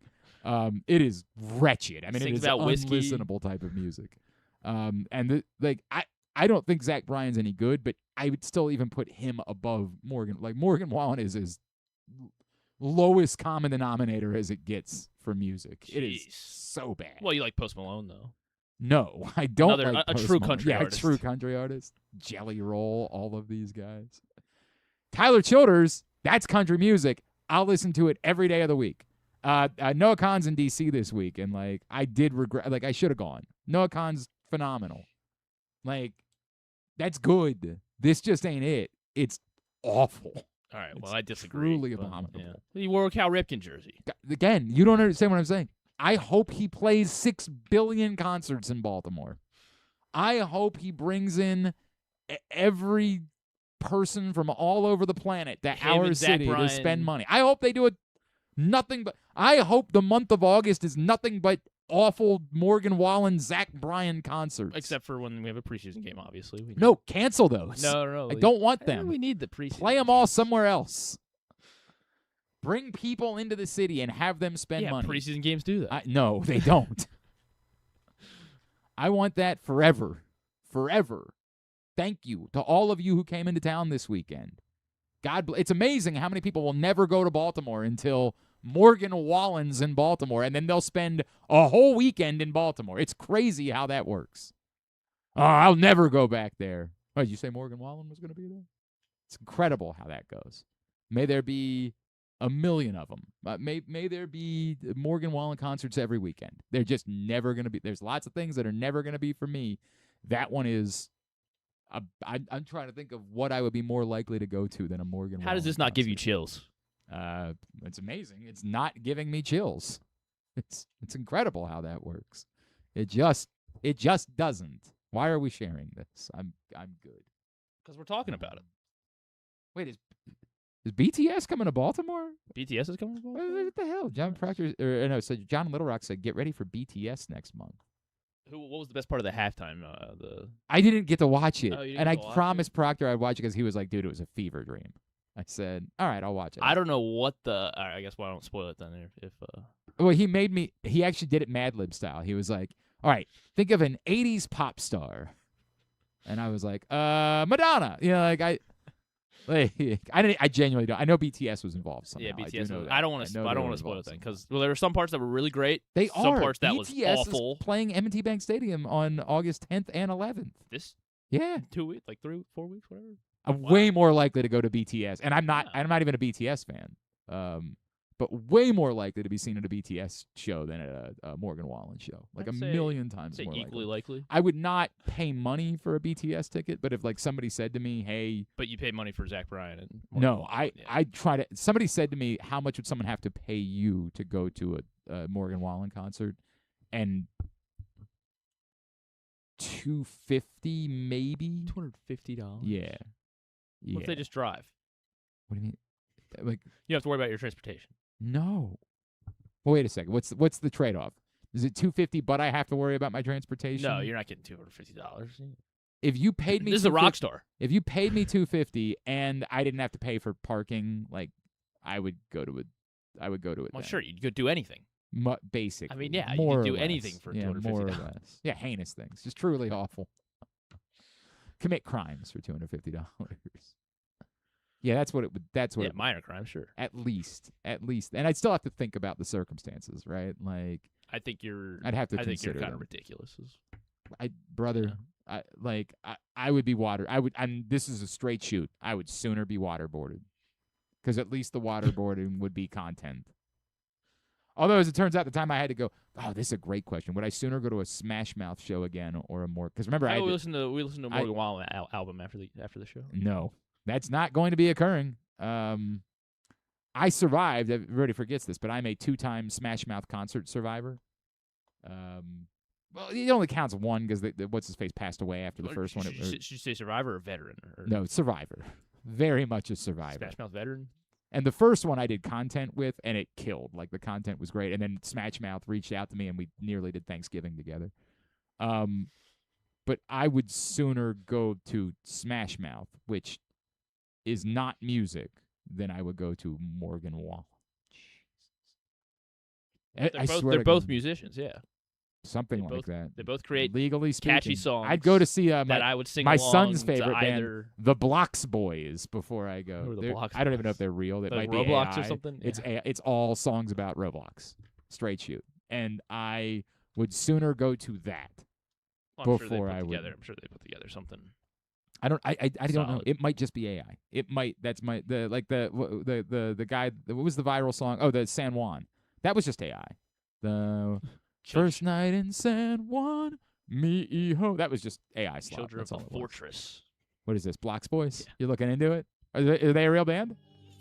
No, I don't want to hear the music. I want to know if they're a real band. I've heard all the music. I mean, yeah, I know every song. It's a thing, yeah. But are they actual people or is it AI? I'm not. Well, I mean, it could be like a Flatbush Zombies type thing where I don't know what that means. you know the Flatbush. They have like an animated kind of thing. They are real people. They make real music. Well, that's like Gorillaz, famously. The I'm happy. That was like an animated band, but Maybe it was that's actual. what I meant, not Flatbush Zombies. Good. You thinking of Gorillaz? Really? Yeah. That's very different. Could not be more different than whatever you just said. I know. I got them confused. What? But that's what I want to know. Are Blocks Boys? The first thing that comes up is are Blocks Boys AI? Blocks Boys. What does this even mean? Blocks Boys is a very popular real-world music project that creates catchy, story-driven songs about Roblox games. Blah, blah, blah. While it features heavily AI-generated elements in both its music and visual performances, there are actual humans and professional composers. The hell, is it real or not? Sounds about as real as it gets. That's the problem. I'm asking AI, and AI is trying to make it sound like it's more real. AI is like, yeah, it's cool. It's not necessarily one of us. Oh Jesus, this is brutal. Brian Powell wants to bring back Would You Rather Wednesday. Would you rather be locked in a room listening to Morgan Wallen for 6 hours or Country Roads and We Didn't Start the Fire on repeat for 6 hours? Neither of those sound all that bad to me. God, they're nightmares. They're effing We nightmares. Didn't Start the Fire. Wretched song, and I love Billy Joel. Those are two god-awful songs. But I still think they might be above Morgan You'd listen Wallen. to the same two songs That's the on difficulty. repeat Like for 6 straight the only hours argument rather you can than make for Morgan Wallen, he's got because, 6 like, hours of music. Those songs are Drek, but like Morgan Wallen looks up at Drek. So is it like actually hearing something different? Is that less damaging to your mental health? What if John's getting ready to partner with Morgan Wallen or something? Now Sorry. we're doing a Gonna 30-minute segment. Gonna have to find a different spokesperson, my man. There ain't no way. There's lots of things that I've showed for in my life. There ain't no way that's going to be. But now I'll show for him coming to Baltimore. I'll show for that every day of the week. I hope there's 20 more Morgan Wallen Baltimore concerts. I hope there's 100, 1,000 more of them. It just ain't going to be me, my friend. It's just going to be somebody else. And there are lots of somebodies that seem to spend lots of money in our city. That's a win. That was going on. Stavi was playing show. It was a good weekend to be in Baltimore. It was a good weekend. Just not for one of them was for me and one of them was not. Went over to Union yesterday. Enjoyed some wings at Carroll and Sons Fine Foods. They don't spend us any money, but John Carroll is one of the greatest human beings I've ever known. Love you. Appreciate it. Was mad that you weren't there. It made me very unhappy, but we played shuffleboards. Went 2-0 in shuffleboards yesterday. You can say it. Congratulations. Thank you. I appreciate that. 2-0. It made me feel a little bit better to beat Proctor in shuffleboards after he won the World Cup pool. Like, just got a little bit of juice back, a little bit of swagger back after that. All right, you want to hit the thing? We'll just do it. We were supposed to do this 30 minutes ago.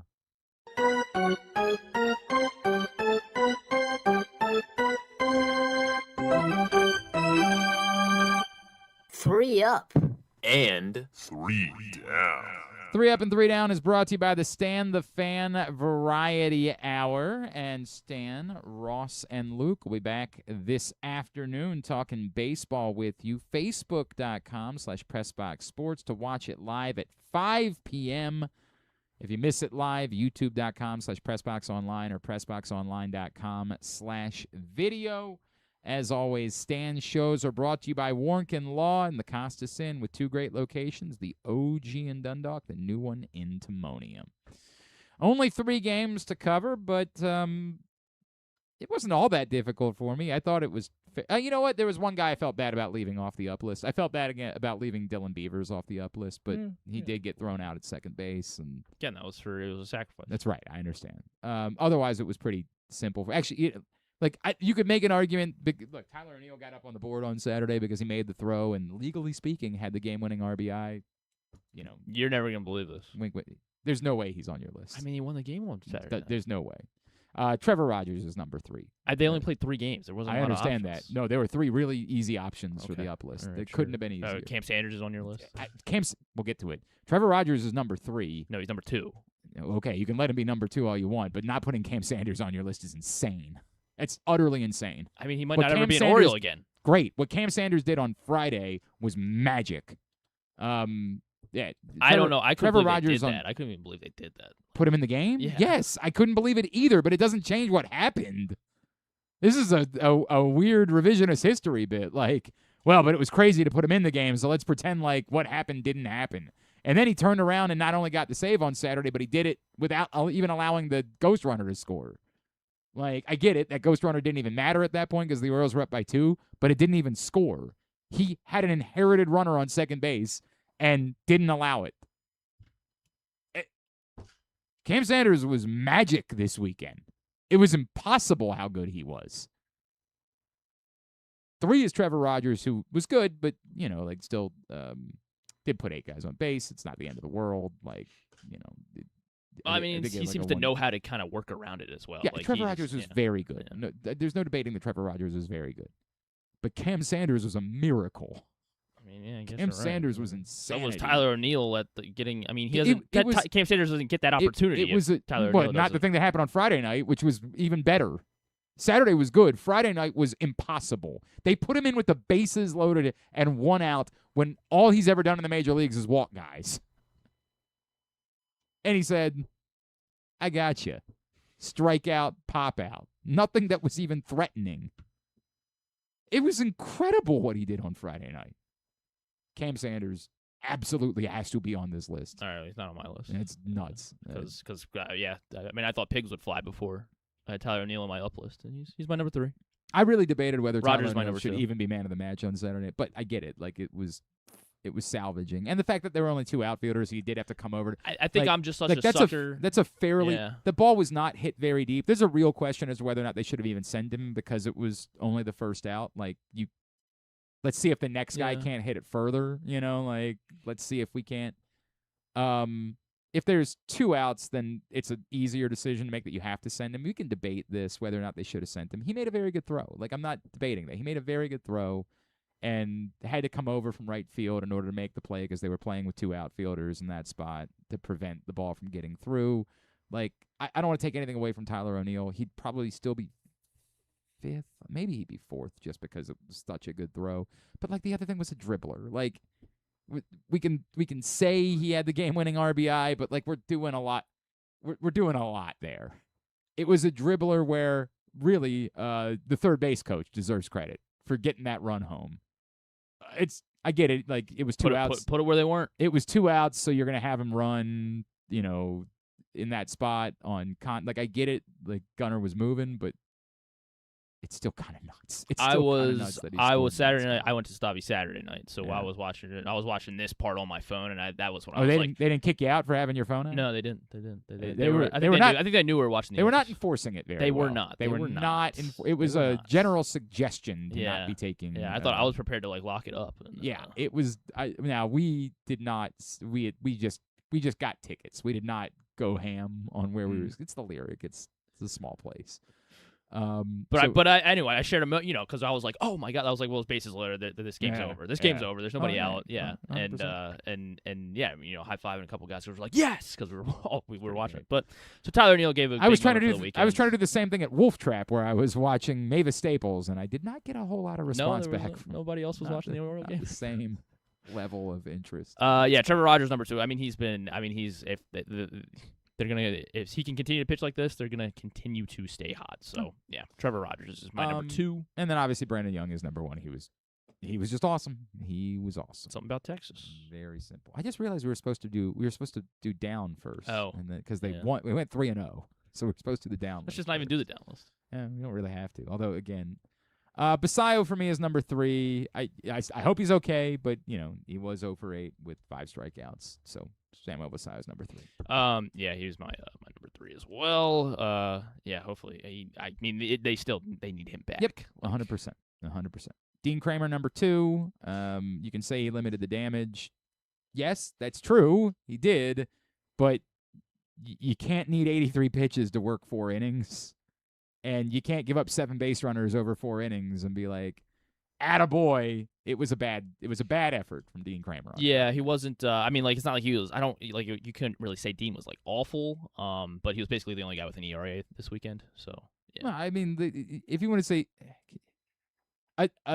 7 base runners over 4 innings is awful.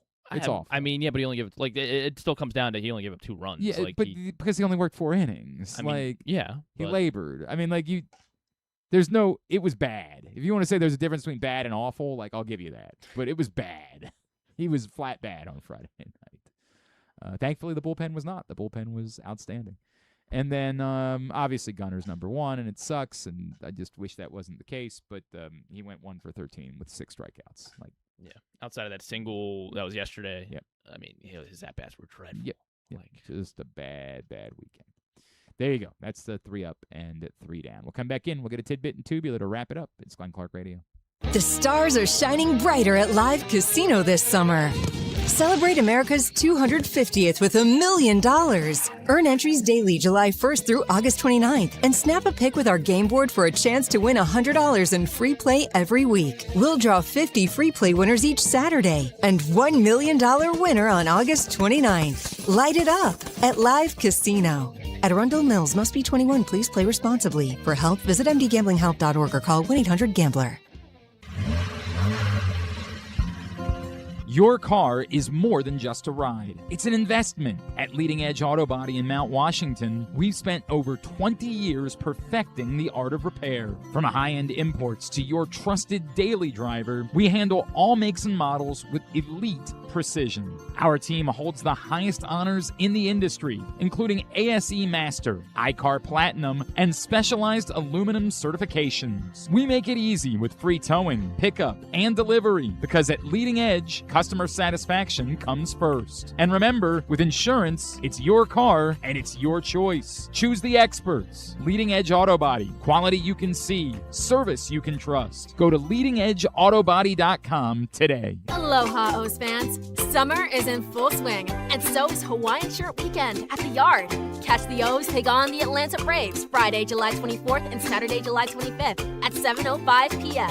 Be one of 20,000 fans to score a Birdland Hawaiian shirt presented by Old Bay.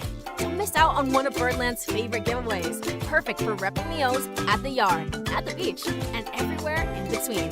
Get your tickets at Orioles.com/tickets.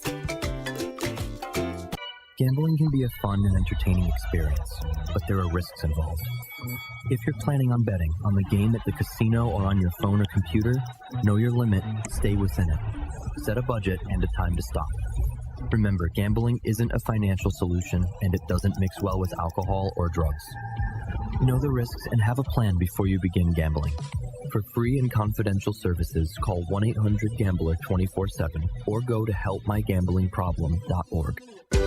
This is Byron Warnkin. If you've been injured in a car or truck crash, you probably know this is stressful. Medical bills, the insurance company giving you the runaround, you got to get your car fixed. You don't just need a lawyer, you need results. At Warnkin LLC, we represent the injured across Maryland. Whether it's a car or truck crash case, medical malpractice, or any other serious personal injury, we fight for maximum compensation for you and maximum ease for you. You don't want to have to deal with this stuff. Warnkin LLC has been voted best personal injury law firm in Maryland for a reason. For us, 443 Results isn't just a phone number, it's our mission. Get the advocate that you need. Call us today, 443 Results, or visit us online, warnkinlaw.com. That's WARNKENLAW.com. Make the most out of every day in your Toyota RAV4. Available in hybrid or gas-only models. A RAV4 can get you where you want to go in style. Check out buyatoyota.com for deals on new RAV4s from your local Toyota dealer today. When you feel invisible, exhausted, stressed, or anxious, when you have days that just feel too hard to get through, you are not alone. If you or someone you love is struggling with mental health or problems with drugs or alcohol, help is right in your hands. Call or text 988 to get support whenever you need it. Help is here. Call or text 988. Brought to you by Maryland Department of Health. Coming back in here with Glenn and the other guy, Garrett, whatever his name is. You know who they are. All right, back in here on GCR and winding it down for a... Oh, yeah, that's not a bad idea. Dave says we should do some sort of bet that requires someone to go to the BTS show. Yeah, but you can't get... I'm betting the tickets are probably quite... Yeah, I can't imagine those. It's one thing when, like, Griffin had to pay, what, like $70 to go to... How much was it to go to It might have even Creed? been less 50, than that. something like that? I think it was less than 60, yeah. Yeah, I mean, like, it's one thing to do that. Like, the BTS tickets have got to be, like, hundreds, right? Like, there's no way that... That's a tough thing to make as a punishment, that you got to pay hundreds of dollars to go to a concert. Plus, Griffin don't lose them. It wouldn't even be a punishment for Griffin. Sure, Griffin I would would be like it. I would fired like up it. to go to the BTS show. So that's the only song I know. It's the only one. I don't know There's a any few other others, I BTS think. songs at all. One ticket, the get-in price is Uh-huh. $155. Yeah, I mean, that's actually kind of remarkable that there's so. one. That is kind of remarkable.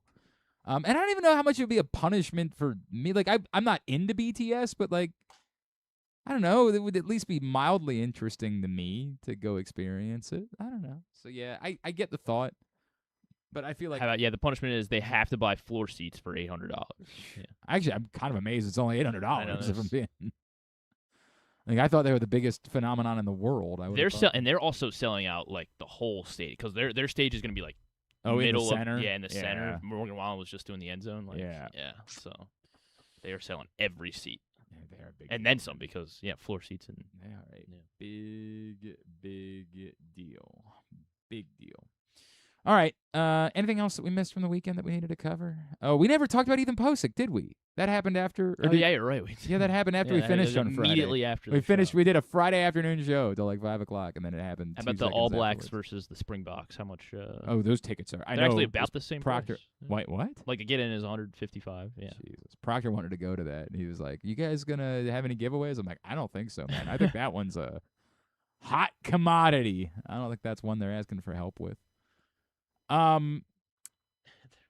We talked about it when the news came out last week. It seemed all too logical for this to end up with Ethan Posick as a Raven. There's only two questions to me. The first one is just how healthy, how ready is Ethan Posick? Again, according to Adam Schefter last week, and clearly viable given the Ravens, history. The Ravens have a bit of a history with medical issues. The fact they signed Ethan Posick would suggest they're convinced that he's good to go. If that's the question, I saw people saying last week, like, it's not a certainty that he's the starter. I'm like, why wouldn't it? Why in the hell are you signing Ethan Posick if he's not to be the starter? What am I missing? If you thought one of these cats were so overwhelmingly good that we just didn't realize it yet, then why did you sign Ethan Posick? I saw a lot of people saying that. Like, it's not certain that he's the starter. Like, is that just like nothing is a certainty anymore, so we're not allowed to? There is no reason to consider it. It would be like them signing Derrick Henry. You'd be like, well, the Ravens haven't said he's the starting running back. I'm not trying to make Ethan Posick Derrick Henry, but you get the point. Like, Ethan Posick is the center. Or else, why is he on the team? The Ravens have their center. I mean, a strong backup, I guess. I don't know. Yeah. They have their guy. Now, from there, like, how good is he really? I don't know the answer to that question. He definitely didn't seem like he was the problem in Cleveland. I think it goes back to you're trying to surround, you're trying to bolster. The guards was terrible last year, and they've definitely improved. Well, they're gonna have at two. both of They're gonna those, have two different starting guards this year. If you want to say, the experiment of a good center with two bad guards, right, that doesn't work. If you want to say anyone is probably a step down from Tyler Linderbaum, like, yeah, probably the case. But Ethan Posick is a really viable football player. To be fair, last year he graded out overall at a 63.8 from PFF, and from them, that's only 20th among 40 centers that they said played enough to be considered starters. So that's not overwhelming, but that sounds good enough to be a starting center. And again, as I said, PFF's not Bible either. They had him graded 25th in pass blocking, 23rd. How do you get to be 25th in pass blocking, 23rd in run blocking, and yet 20th overall? Snaps at that point? I don't know. I guess it'd be the same qualifiers for both. Yeah, I don't know. I don't know, man. I don't know how that Well, works. I mean, it's just block. I guess maybe somebody who's like 18th on run blocking is Yeah. also like 34th in pass blocking. So Right, your Fa'alele's with that word. something like Black that. Right. I don't know, but it sounds good enough. Could they have a better center? Yes, they got to have a better center, but they've got better than what they were gonna have. So it works out. Ethan Posick is a viable starting center in the NFL. So they have addressed that.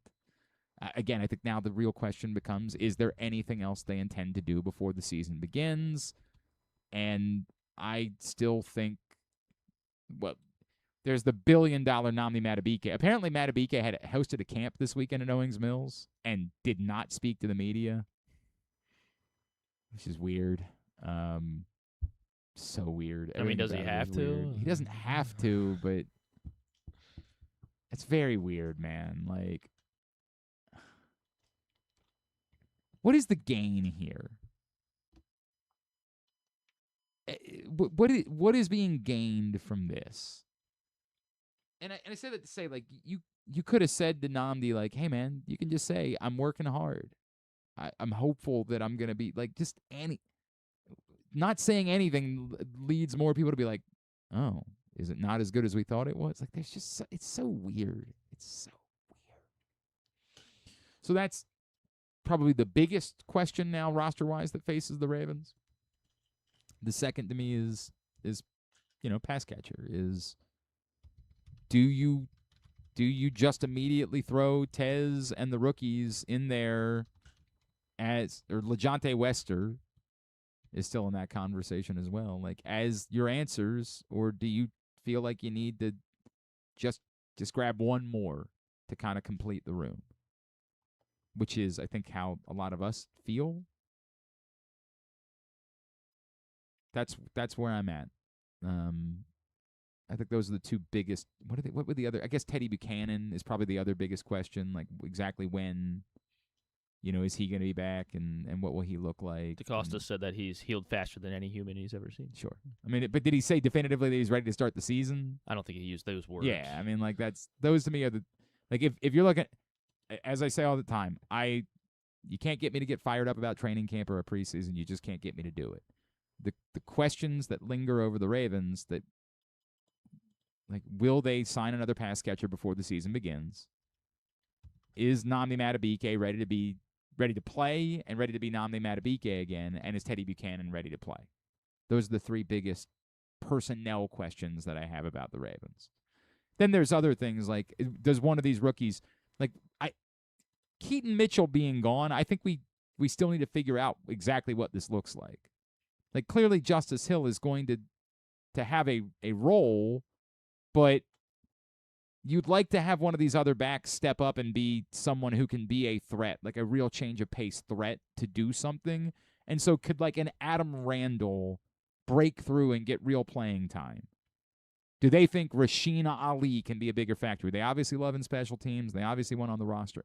Those are little things that, like, if you're looking for other storylines, and then it'd be like, which one of the two rookie tight ends stands out more? And then there's the bigger questions, like, just what does a Declan Doyle offense look like? Which, we kind of fully don't know. Like, those are some of the questions that we'll have going towards preseason, start of the regular season.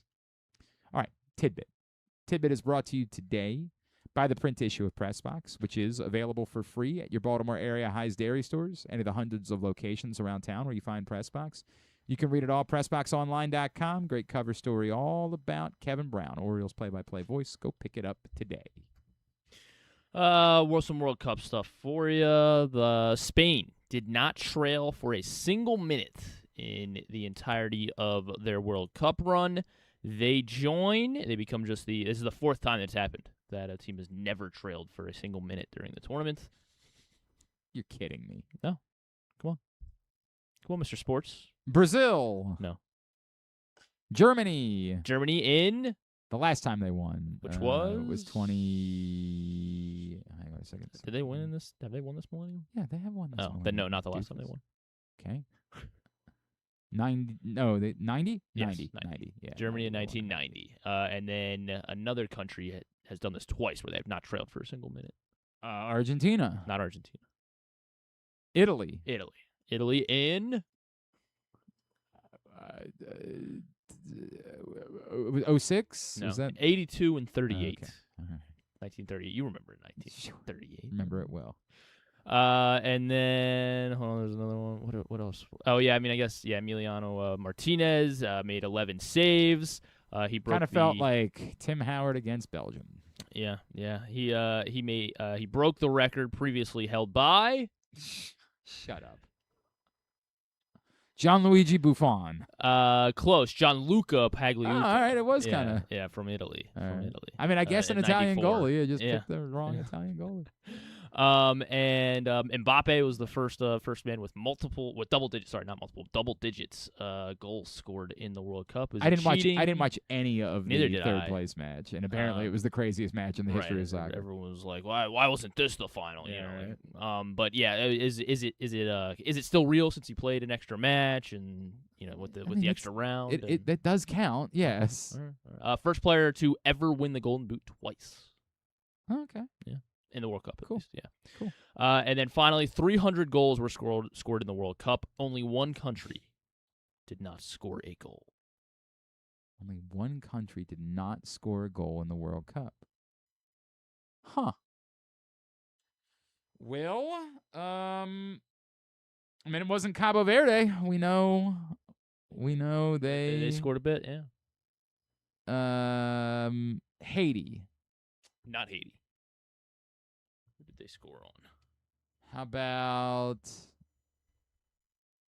Wow. How about? Haiti score on Canada? Maybe were they in that group? Panama? Panama did not score Okay. a goal. All right. Haiti was shut out by Scotland and Brazil, and they scored 2 goals on Morocco. I knew CONCACAF wouldn't let me down. But yeah, Panama. Shout out CONCACAF. Panama Always scoreless coming in the, through big time in the World Cup. And that's what I got. All right, very good. Let's get tubular then.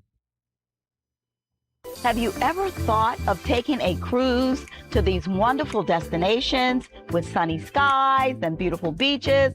Well, wait no longer. We're ready for you to cruise from the Cruise Maryland Terminal. Have a little phrase that you can go from baggage to margarita in about 15 minutes. Choose fun with an array of destinations, onboard activities, entertainment, and world-class cuisine. Contact your travel agent and book your cruise today.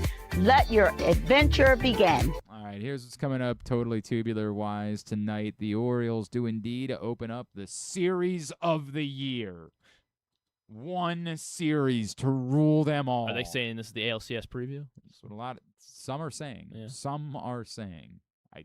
Because you just said it. Oh, yeah. Does count as some.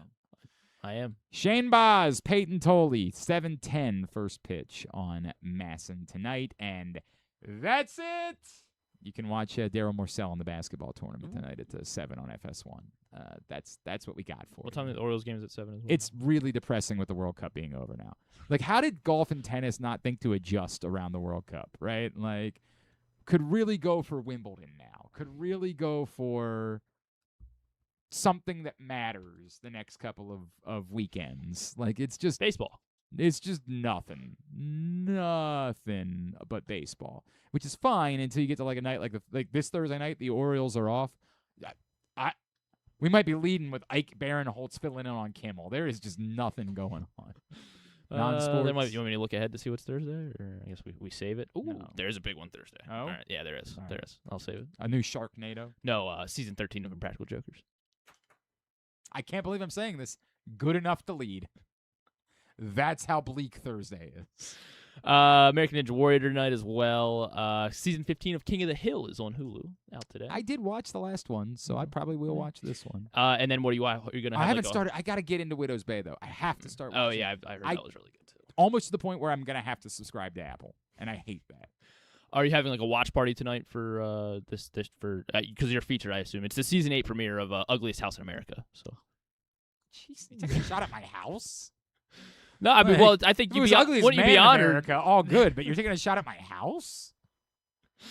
I invite you to my house. You know what? I don't think I want you to come to the pig roast. No, this no. year. I think it's cute. It's an honorable thing. Taking shots at the Clark I think, house. Aren't they gonna help Mrs. repair Clark might want to fight you now. Aren't they gonna help repair it and make it? What repair? What? My house? I don't know. You're the one that's on. No, this was a. You've had good ideas. This was not a good idea. HGTV tonight. Ugliest House in America. Maybe we'll see Glenn's house. Why? I don't know. That's it. It's enough. That's it. Yeah, there's nothing else. Thanks today to Darryl Morsell. Thanks also to Mike Bordick. We'll get that up in the greatest hits section of the. Coleman Domingo is guest hosting Kimmel this week. Oh, okay. Yeah. Coleman Domingo. And he will have Jacob Elordi and Jafar Jackson tonight. Is there another Michael movie? Like what? What is? I mean, I guess. Oh, I guess just because Coleman Domingo was in the movie. Oh, so yeah, that's yeah, why yeah. So he's Jafar Jackson. bringing all his friends on. I was like, why would he be like? What else does he have to plug? Like, is Jafar? Maybe Jafar Jackson's just an actor now and like has other projects. Why not? I don't know. I don't know what else Jafar Jackson's up to either. I might go if it includes Coleman Domingo. Yes, I might go to that tour. Yeah, Does he sure. count It for the includes. tour? Yeah, I might go to that. I might do it. Jafar Jackson. Yeah, they're just talking about Michael.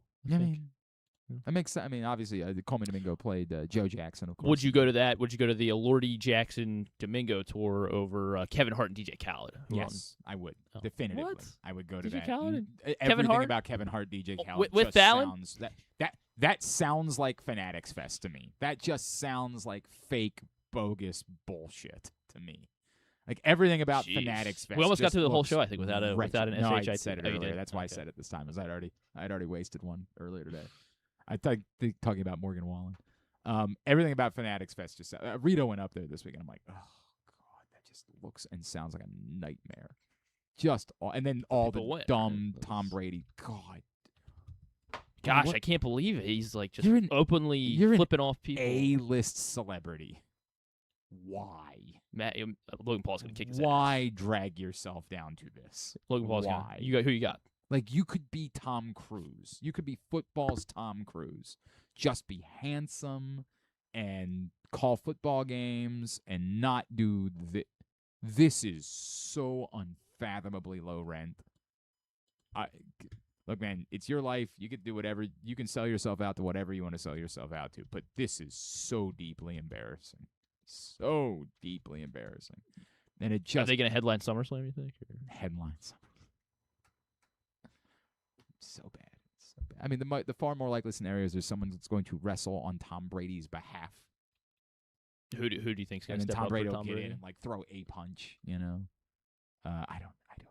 It's just Roman Reigns on behalf of Tom Brady. Thanks. I did the thank yous. Tomorrow on the program, anything? Yeah, stuff and things. We're gonna have stuff. You seem. You're confident? Yeah, it could be the best show maybe ever. Could be. That's a great point. Thanks to everybody at PressBox, all of our great sponsors and partners, including Live Casino and Hotel, the Baltimore Orioles, Costa Sin, your Baltimore area Highs Dairy Stores, Leading Edge Auto Body, Warnkin Law, 1-800-GAMBLER, HelpMyGamblingProblem.org, Cruise Maryland, CountySports.zone, the Maryland Department of Health. What? I hadn't seen the slap yet. Your local Toyota dealer, buyatoyota.com.